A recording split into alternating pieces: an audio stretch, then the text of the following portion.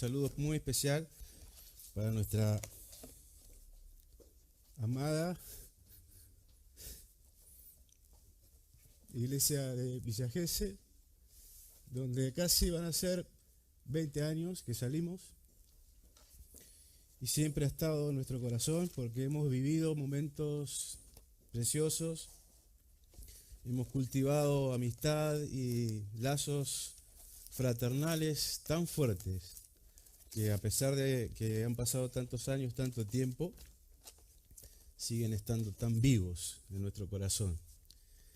Y mientras estaba ahí sentado, digo, bueno, hoy realmente sentía un nerviosismo especial, ¿no? Porque bueno, siempre uno que va a predicar la palabra tiene esa carga de responsabilidad y ese temor delante de Dios, de todo lo que va a decir sea realmente la voluntad de Dios y no sea palabras de hombres. Pero bueno, hoy, como dije, van a estar nuestros hermanos también compartiendo con nosotros, y la verdad que pensaba que qué hermoso sería poder estar allí en persona, aunque nuestros hermanos allí tampoco se están congregando todavía por el tema de la pandemia, están en una fase todavía de confinamiento,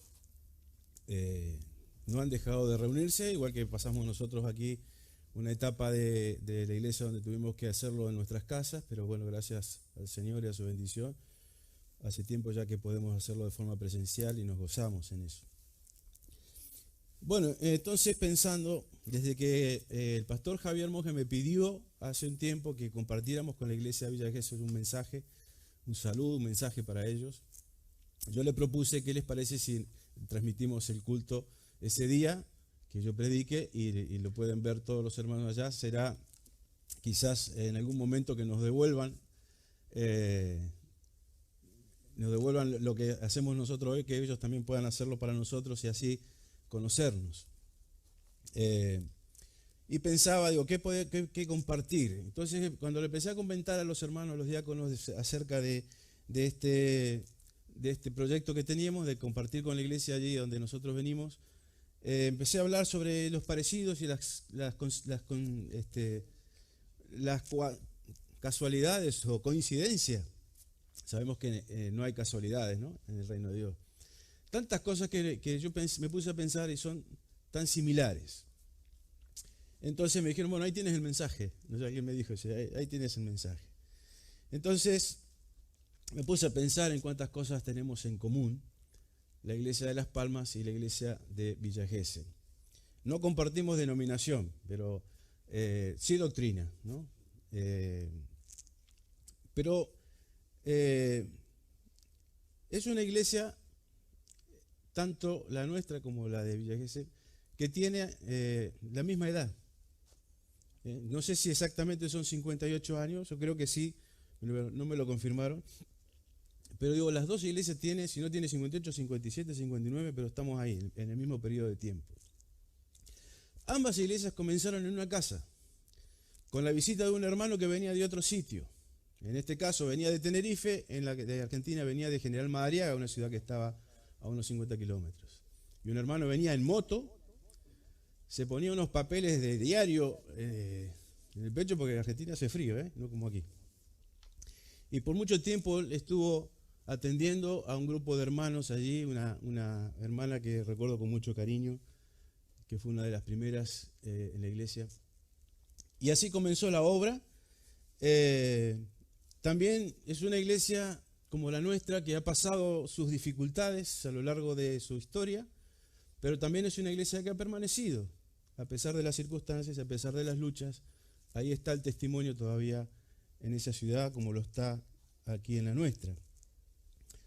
Hace algunos años la iglesia de Villa Gesell tuvo un sueño de comprar una propiedad para la iglesia. Nos reuníamos en una iglesia que era propiedad de la iglesia, un pequeño templo en la Avenida 8, que es donde Carmen Delia, cuando fue a Argentina, nos visitó. Y la fidelidad de Dios hizo que ese sueño se pudiera cumplir, y hoy, hace ya unos cuantos años, que están disfrutando de una propiedad preciosa, una bendición de Dios. Y esta iglesia, no sé si pasó algo parecido.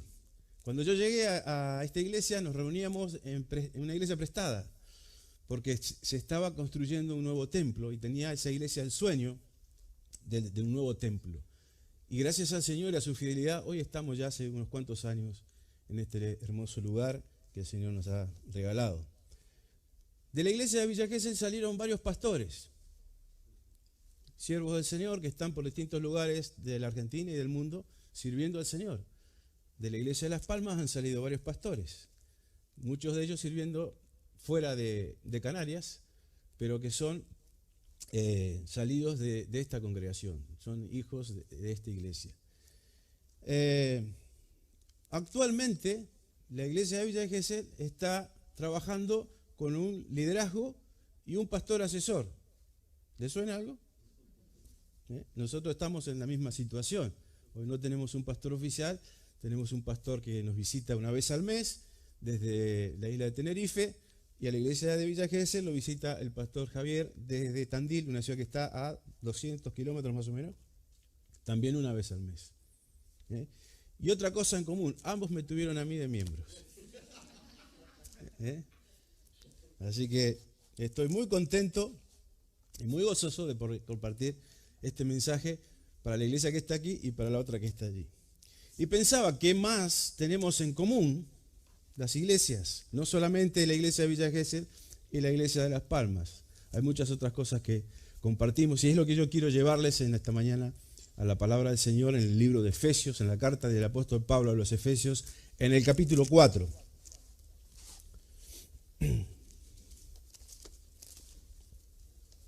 Vamos a leer de los versículos 1 al 6.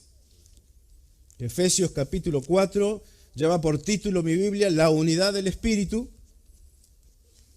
Y comienza Pablo diciendo: yo pues, preso en el Señor, os ruego que andáis como es digno de la vocación con que fuisteis llamados, con toda humildad y mansedumbre, soportándoos con paciencia los unos a los otros en amor, solícitos en guardar la unidad del Espíritu que en el vínculo de la paz. Un cuerpo, un espíritu, como fuisteis también llamados en una misma esperanza de vuestra vocación, un Señor, una fe, un bautismo, un Dios y Padre de todos, el cual es sobre todos y por todos y en todos. Aquí encontré muchas cosas más en común que tenemos. Y Pablo comienza este capítulo 4 de la misma manera que hablamos hace una semana en el libro de Romanos. Os ruego que andéis dignos de la vocación con la que fuisteis llamados. Es un llamado del apóstol a la iglesia a vivir de una forma coherente con lo que dice que cree. Los primeros capítulos de Efesios, de la carta de los Efesios, Pablo nos trae enseñanza y doctrina. Pero a partir del capítulo 4 va a aplicar a la vida práctica de la iglesia todo eso que ha enseñado. A igual que hablamos el otro día acerca de Romanos hasta el capítulo 11, y después en el capítulo 12 empieza a aplicar la forma que Pablo escribía. ¿Qué clase de vida debe vivir una persona cuando entra en comunión con la iglesia? Esa es la pregunta que quisiera que podamos respondernos. ¿Cuál es la clase de vida? ¿A qué nos está llamando? ¿Cuál es la forma en que tenemos que andar? Os ruego que andéis dignamente. Andar no significa simplemente caminar. Andar es vivir. ¿De qué forma vamos a vivir? Implica toda nuestra vida. Y lo que nos está llamando Pablo es andar de una forma digna. Hay 5 palabras que quiero considerar en este pasaje. La primera y la principal es, verso 2, con toda humildad. Hablamos también un poquito esto acerca de la humildad el jueves. Vuelvo a repetir, Pablo, esta misma palabra, algo tan importante para la vida de cualquier congregación. Cuando nosotros buscamos la humildad en nuestra vida, las cosas son mucho mejor. Las relaciones son mucho mejores. hay muchos menos problemas. Hablamos acerca de eso, ¿no? Muchos de los problemas que surgen en la iglesia son siempre, su raíz está presente el orgullo. Y el llamado de Pablo es andar de forma digna y dice, ¿cuál es la forma digna? Primero, humildad. Ser humildes. Humildes como yo. Que me siento tan orgulloso de ser humilde. La verdadera humildad se produce en nosotros cuando nos miramos a nosotros mismos, pero con auténtica motivo de ver realmente lo que somos. Nuestra tendencia a veces es a compararnos con alguien peor. Entonces nuestro ego se eleva. Pero siempre, en la vida siempre hay alguien mejor. Y eso nos humilla un poco, ¿no? Hoy, por ejemplo, estaba escuchando a Samuel y yo digo, con Samuel cantan más que conmigo. ¿Por qué? ¿Qué tiene Samuel? ¿Qué tiene? ¿20 años menos? No, 30 años menos.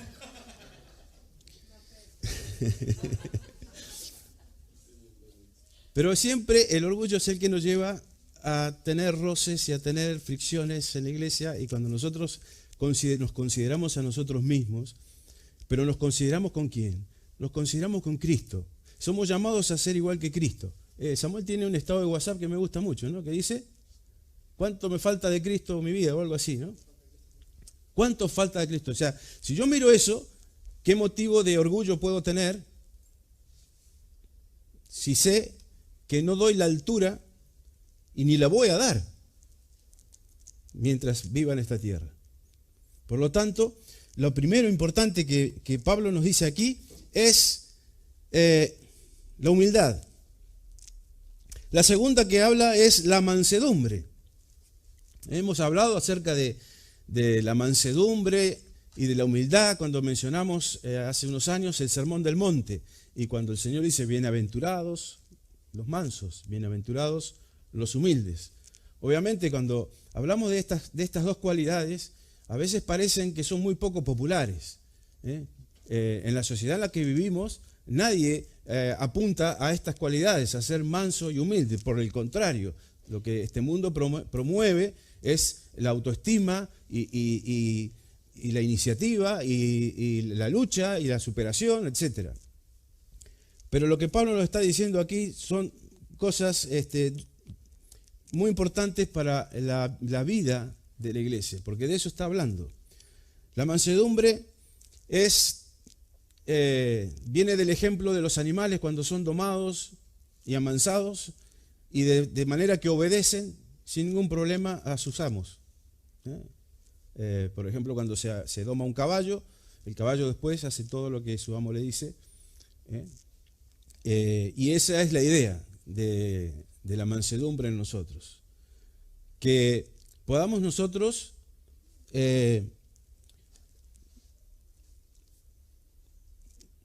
tener bajo control todas esas pasiones y todas esas cosas que a veces nos llevan a generar o a crear conflictos. A ser mansos, pero mansos para el Señor. Una persona mansa es una persona obediente, una persona que obedece lo que Dios dice. Un cristiano manso es un cristiano obediente a Dios. La tercera palabra que menciona es la paciencia. No son palabras muy populares, ¿no? Paciencia. Describe una persona o un espíritu que nunca cesa, que no se rinde, que persevera y que lucha hasta el final. Pero la paciencia también aplicada entre personas es esa persona que es capaz de soportar todo tipo a veces de insulto o de desaires o de críticas de otras personas. Es paciente y sabe controlar y tiene el control de su carácter en su vida. A veces mencionamos a ciertas personas que tienen un carácter difícil y decimos que, bueno, tiene un carácter fuerte, ¿no? Cuando se dice que alguien tiene un carácter fuerte, sabemos a qué se refiere. Pero según lo que yo leo en la Biblia, esa persona lo que tiene es un carácter débil, porque no lo puede controlar. Un carácter fuerte controla, tiene el control y da a Dios el control de su vida. La cuarta palabra que menciona es el amor.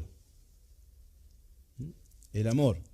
Y tener el amor es algo práctico, no es algo sentimental solamente, es algo práctico. Es una decisión de la voluntad de cada uno de nosotros. Decidimos hacer el bien, ayudar, tener compasión de las demás personas, movidos por el amor. Bien va a decir Pablo en 1 Corintios 13 que yo puedo hacer muchas cosas, pero si no tengo amor, de nada sirve. Por lo tanto, el amor es una cualidad esencial que no puede faltar en nuestra vida. La última palabra que menciona Pablo importante es la paz. La paz. La paz se podría definir como la relación correcta entre dos personas. No hay conflictos. Pero cualquiera de estas cualidades que he mencionado tienen siempre un común denominador, que es la lucha entre el ego, porque el ego tiende a mirar hacia nosotros mismos, a buscar nuestro propio beneficio y no del otro.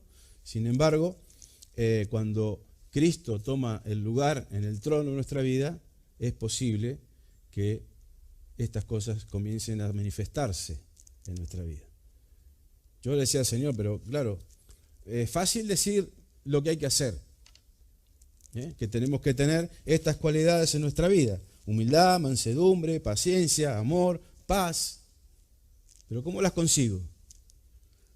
¿Puedo hacerlo con mi propio deseo o mi propia fuerza de voluntad? ¿Puedo decidir una mañana levantarme y decir, hoy voy a tener misericordia, paciencia?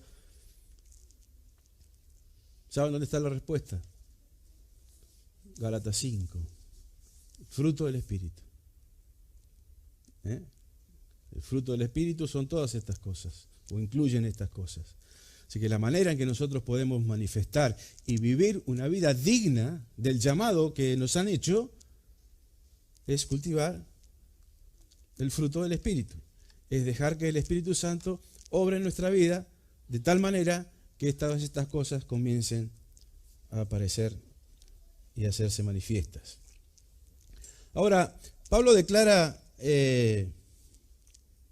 con este primer ruego que hace, nos deja de notar de que en la iglesia o entre los cristianos existen problemas y diferencias. Si no, no tiene sentido que él mande a guardar la unidad del Espíritu, ¿no? Si hay que guardarla es porque hay un problema, hay algo que está pasando. Y los problemas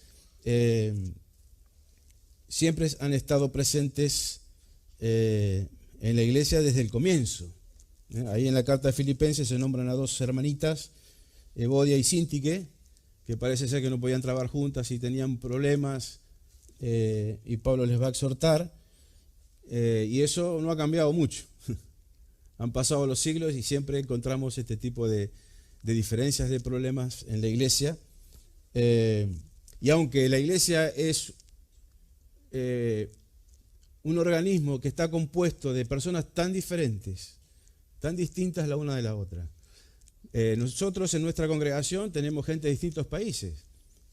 Pensaba también en la iglesia Villa Gesell que hay gente que son de Argentina, pero son de distintos lugares y a veces vienen con sus distintas costumbres o a veces con distintas ideas y somos juntados en la iglesia y de alguna manera la iglesia permanece, pero no permanece sin problemas y sin luchas y sin dificultades, porque somos diferentes, pensamos distintos y muchas cosas.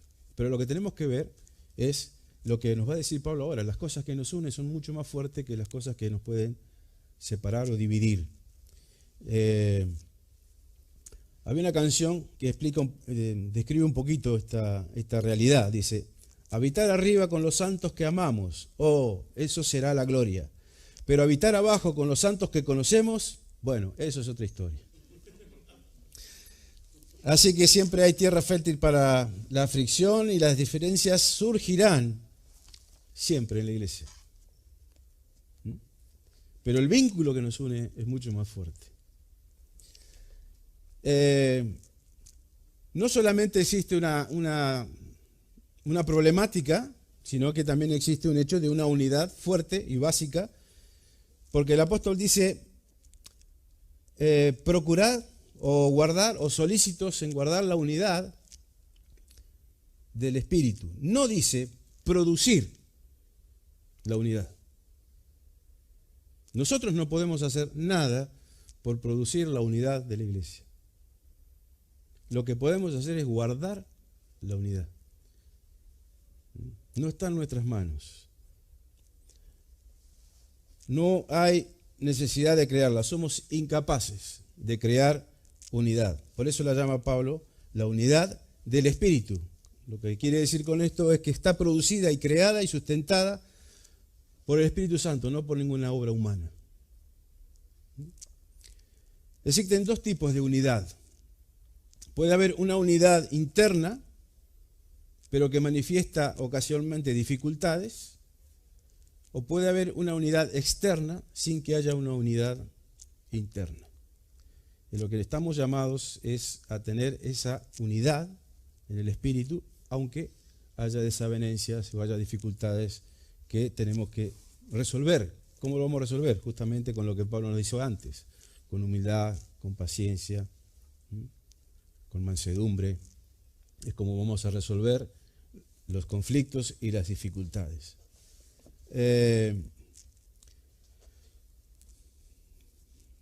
Pablo describe en qué se basa esta unidad de la iglesia o del cuerpo de Cristo. Dice, versículos 4 al 6, un solo cuerpo, un solo espíritu, como fuisteis también llamados en una misma esperanza de vuestra vocación. Un solo Señor, una sola fe, un solo bautismo, un solo Dios, un Padre de todos, el cual es sobre todos y por todos y en todos. Lo primero que dice es, hay un solo cuerpo. Y él habla de cuerpo, no de organización. Hay una diferencia entre un organismo y una organización. Podemos ser una organización, pero en una organización no hay vida, como en un cuerpo. La figura que Pablo presenta aquí de un cuerpo es porque tiene vida, porque cada uno de sus miembros tienen vida y comparten esa vida unos con los otros. De ahí que existe una unidad en un cuerpo. No hay dos cuerpos, hay un solo cuerpo. ¿Y estamos en ese cuerpo o no lo estamos? Si estamos en ese cuerpo, entonces estamos unidos en un cuerpo. Somos parte de un cuerpo. Un solo espíritu. A veces pensamos que el poder de la iglesia radica en la cantidad de miembros que pueda tener. O sea, una iglesia grande puede ser más influyente, puede hacer más cosas, tiene más capacidad. Pero esto no es lo que la palabra de Dios nos enseña, sino que el concepto es totalmente equivocado. Una vez escuché a un hermano decirme eso, no, que si fuéramos una iglesia más grande podríamos evangelizar más, podríamos hacer esto, podríamos hacer el otro. Digo, estás equivocado. ¿Qué dijo el Señor? No es con espada, ni es con ejército, es con mi espíritu. Y eso mismo nos dice a nosotros, un solo espíritu. El poder de la iglesia está en el Espíritu de Dios, no en nosotros, no en las organizaciones, no en los líderes, no en las ideas, no en la fuerza económica. Dios puede usar la iglesia, esté donde esté, sea del tamaño que sea y tenga la fuerza económica que tenga, porque no radica en esas cosas, sino radica en que el Espíritu Santo es el que tiene y da la verdadera fuerza a la iglesia, esté donde esté. Una sola esperanza, la esperanza de vuestra vocación. ¿Cuál esperanza? ¿Cuál es la esperanza que tú tienes, que yo tengo y que todos los cristianos sobre la tierra tienen? Es la esperanza de un día ser transformados a la imagen de Jesucristo. Esta es la meta, ¿no? Pablo lo decía, esa es mi meta, de llegar a ser como Él. Y esa es la meta y esa es la esperanza que tenemos cada uno de los que decimos ser cristianos. Todos esperamos un día ser como Cristo y ya dejar esta realidad de nuestra vida de debilidad, de fracaso, de imperfección, de pecado. Esa es la meta y esa es la esperanza a la que estamos llamados. Un solo Señor, no dice un Salvador, dice un Señor. Y la idea de Señor es la idea del el más alto, el poder absoluto, no hay nadie más encima de Él, un solo Señor, al cual todos nos sometemos, al cual todos obedecemos, al cual todos seguimos y al cual todos servimos. Estamos unidos porque servimos a un mismo Señor, con un mismo espíritu, en un mismo cuerpo. Es tan fuerte la base de la unidad de los cristianos que podemos decir con toda seguridad que un cristiano de aquí de Gran Canaria tiene mucho más en común con un cristiano de Villa Gesell que con un canario inconverso o que con un geselino inconverso. No sé cómo se dice en el gentilicio de lo de Las Palmas. No es palmeños, ¿no? Las palmeños tampoco. Bueno, entienden lo que les digo, ¿no? Tenemos mucho más en común con otro cristiano que hasta a veces con uno de la familia. Un solo Señor, una sola esperanza, un solo espíritu, un solo cuerpo. Una sola fe. Cuando Pablo se refiere a una sola fe, yo creo que se refiere a lo que hemos creído, a la verdad revelada sobre Jesucristo, a la verdad revelada sobre el Hijo de Dios. Creemos eso, creemos lo que nos han enseñado, creemos lo que nos han transmitido. Esa es la fe que nos une. Creemos en un mismo Jesucristo, creemos en las mismas cosas, en un Cristo histórico que nos lleva a esa unidad de fe. También menciona un solo bautismo. Cuando hablamos de un solo bautismo y pensamos en el bautismo, en lo que mencionaba Pepín hoy, ¿no? Lo que el Señor nos ha mandado, la Santa Cena, el bautismo. Claro, encontramos a veces muchas diferencias entre una iglesia y otra, ¿no? Nosotros sostenemos que hay que bautizar por inmersión. Otros creen que puede ser por aspersión. Otros creen que se puede bautizar los niños. Otros creen que solamente las personas adultas. Hay mucha diferencia. Yo no creo que Pablo se refiriera a ese tipo de bautismo, sino lo que está mencionando es el bautismo por el cual el Espíritu Santo nos bautiza en la iglesia, en el cuerpo de Cristo.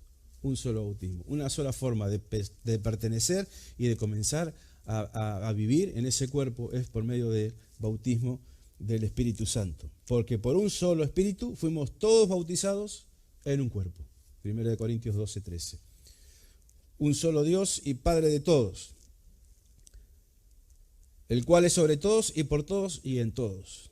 Esa es la meta, ese es el objetivo, que le conozcamos a Dios como Padre, que podamos sentir ese corazón de Padre que Dios tiene hacia nosotros.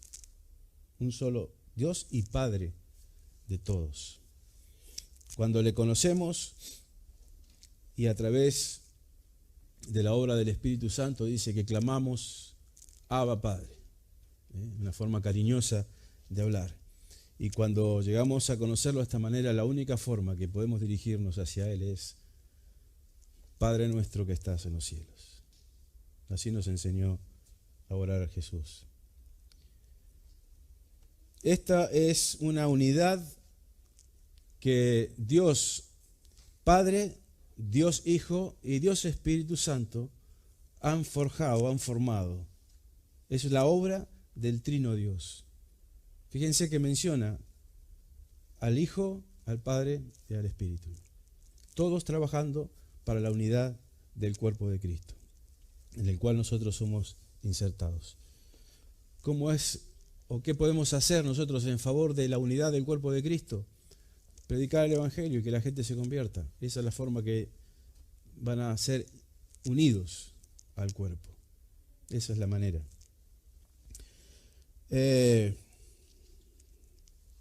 Quiero terminar diciendo que Pablo cree que esto es muy importante. para la iglesia.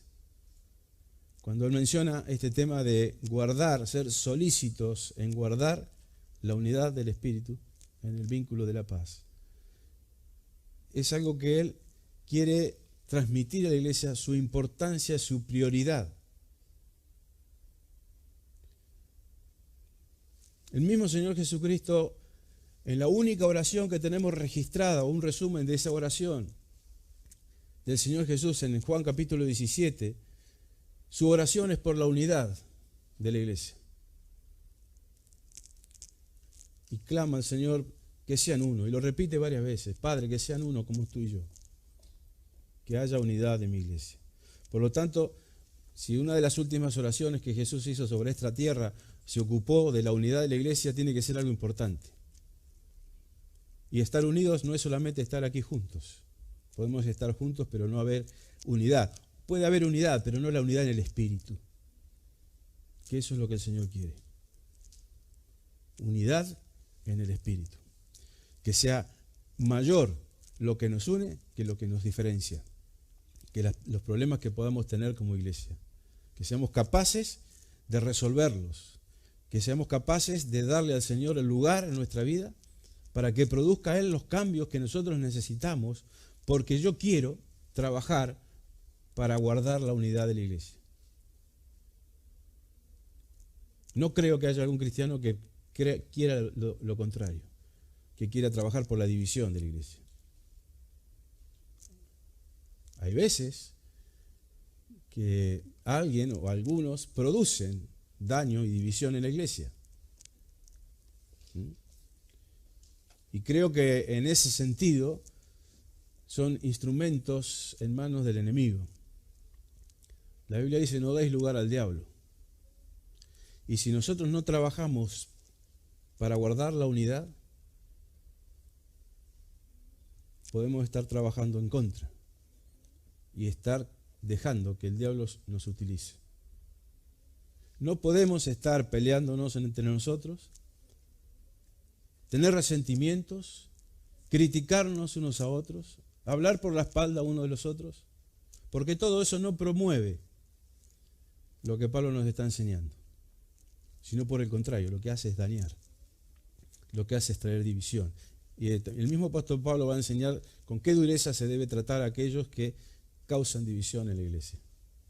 Y no estoy diciendo esto porque tengamos algún problema, ni que la iglesia de Villa Gesell tenga un problema, simplemente es lo que se difiere de lo que Pablo está enseñando. Si estamos llamados a trabajar por la unidad, por conservar la unidad. Y yo no creo que siendo de una forma pasiva contribuyamos a eso. Tiene que ser de una forma activa, con la cual nosotros contribuimos a guardar esa unidad. Tengo algo que hacer. Dios te llama a hacer algo al respecto. Somos llamados a entendernos. Somos llamados a ser pacientes. Somos llamados a ser humildes. Somos llamados a tener amor los unos por los otros. Porque si no, no tenemos nada que decir al mundo, hermanos. Nada. ¿Qué vamos a decir? ¿Cómo el mundo se va a interesar por la iglesia si lo que ve es más de lo mismo? Por lo tanto, es nuestra responsabilidad y tenemos que poner todo el esfuerzo y el trabajo en este sentido. La unidad ya está. Cristo lo ha hecho. Nos ha unido en un cuerpo, en una iglesia.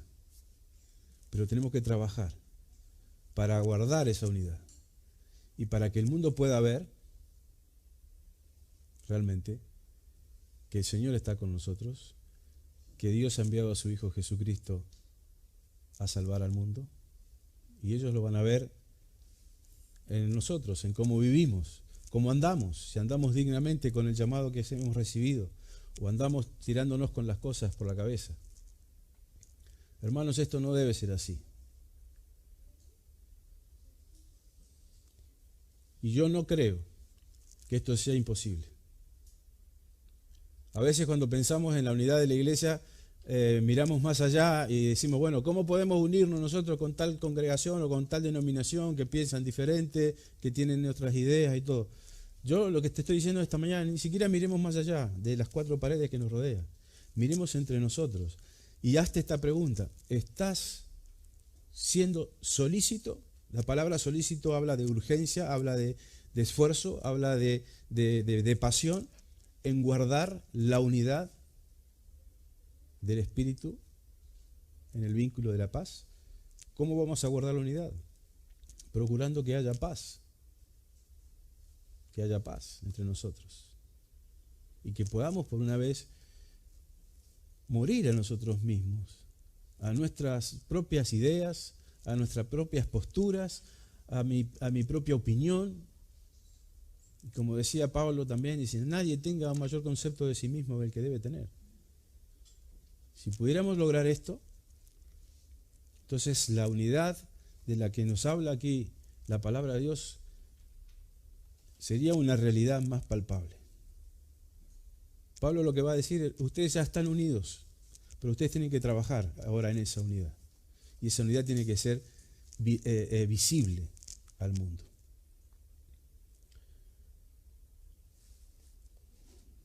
Tenemos que poner, hermanos, todo el esfuerzo, todo lo posible que esté en nosotros, porque depende de todos nosotros. Es fácil a veces hablar de la iglesia, no, porque en la iglesia no hay amor, o porque en la iglesia no hay esto, o porque en la iglesia no hay lo otro.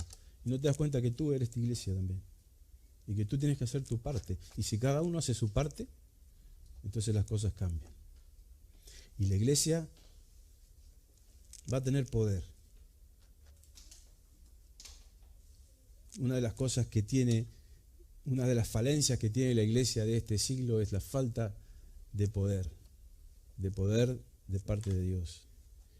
Y es porque si no hay unidad, si no hay un mismo sentir,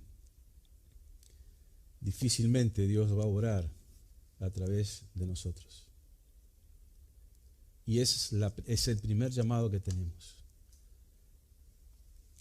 Hay tantas metáforas en la Biblia acerca de la fuerza que tiene cuando un pueblo está unido. Lo difícil que es doblegarlo. La unidad, ¿no? La unión hace la fuerza, dice un refrán. Y nosotros queremos ser una iglesia fuerte.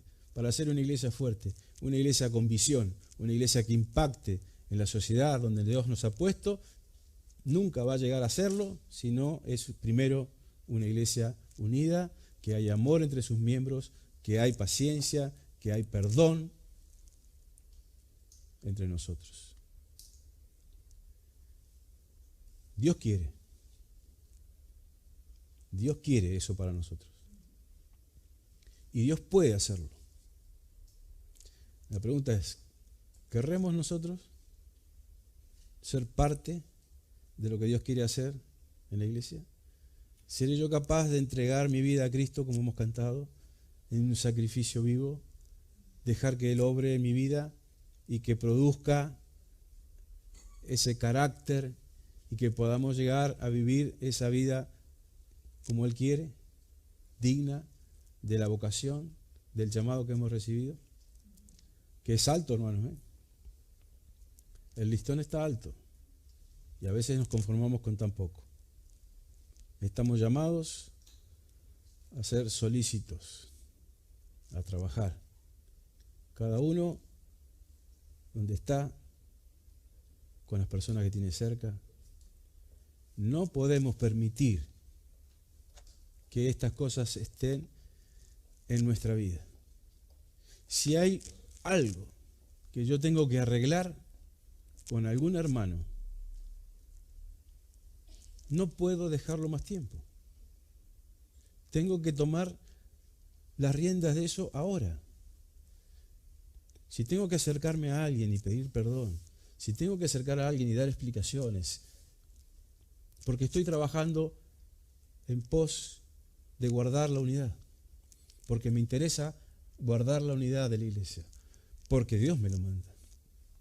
Y a veces permitimos que a veces tonterías nos separen, nos enojen se rompa esa comunión. Hoy hemos compartido la mesa del Señor, que es uno de los símbolos más grandes de la comunión de la iglesia. A tal punto que Pablo dice, el que no entiende el cuerpo de Cristo, cuidado. El que no discierne el cuerpo de Cristo es la iglesia. Cuando tú no disciernes que el que está a tu lado es tu hermano, que Cristo ha muerto por él, que ha dado su vida, que tiene un mismo espíritu, un mismo Padre, un mismo Señor, y lo menosprecias o lo ignoras, esto no puede ser. Y empiezo yo por mí primero siempre, ¿no? Que a veces hasta sin saber podemos ofender a alguien. Y la Biblia nos llama a que si alguien te ha ofendido, ve tú con él y hazlo saber. Y no dejemos pasar las cosas. No permitamos que los malos entendidos crezcan y se arraiguen y traigan raíces de amargura entre nosotros. Ese es mi sueño para mi vida, pero también es el sueño del Señor, es la oración del Señor.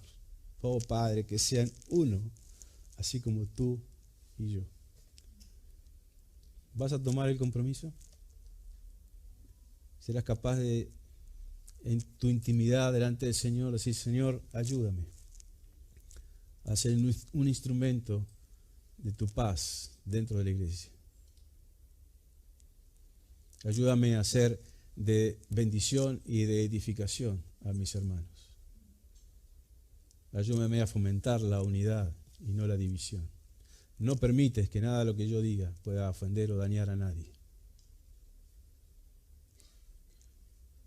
Si oramos al Señor con toda sinceridad, estoy convencido y seguro de que el Señor va a responder.